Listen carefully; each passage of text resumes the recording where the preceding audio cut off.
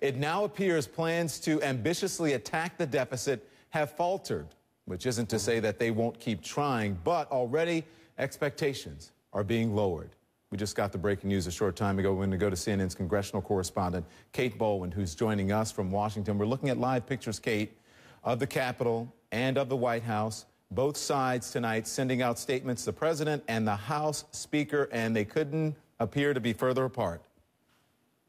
Well, the speaker on Friday, Don, he made it pretty clear that there were still big differences that they needed to overcome if they were ever going to reach a deal. But we do know that there were conversations that both sides were going for this grand deal, so to speak, something in the area of $4 trillion in deficit savings over the next decade. But the House Speaker, John Boehner, made very clear in this statement releasing this evening that he's not going for that deal.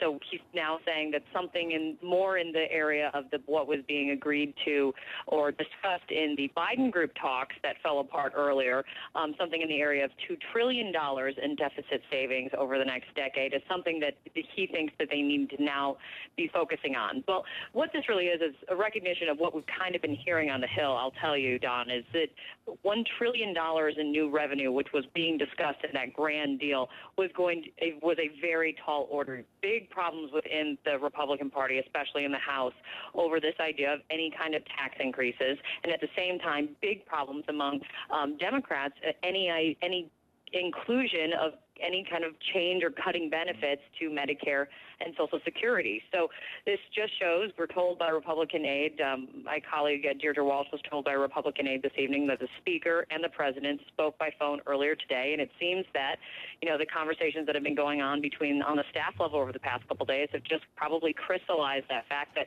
they need votes in order to pass this, and right now that grand deal is probably a little too ambitious. And so now they're going for, it's still a big deal, this $2 trillion, Don, if they can pull this off in order to agree to raise this debt ceiling. But that seems to be now where they're all trying to focus their efforts. Hey, Kate, I want to note the meeting. Oh, go ahead. I want to read you this, a statement coming from the president tonight. This came in tonight. The president believes that solving our fiscal problems is an economic imperative. But in order to do that, we cannot ask the middle class and seniors to bear all the burden of higher costs and budget cuts. We need a balanced approach that asks the very wealthiest and special interests to pay their fair share as well. We believe the American people agree. He goes on to say both parties have made real progress thus far. And to back off now will not only fail to solve our fiscal challenge, it will confirm the cynicism people have about politics in Washington. The president believes that now is the moment to rise above that cynicism and show the American people that we can still do big things. And so tomorrow, the president will make the case to the congressional leaders that we must reject the politics of least resistance and take on this critical challenge. The president will be addressing them tomorrow. But this is important, Kate. This is important, Kate, because the Treasury Department has warned here that failure to work this out and to do so by August 2nd could lead to a possible default, which could push interest rates to skyrocket and cause the dollar to plummet. So this is critical at this juncture. The president hoping that the other side will agree with him. But if you listen to what John Boehner, the House Speaker, is saying, he doesn't believe that's going to happen.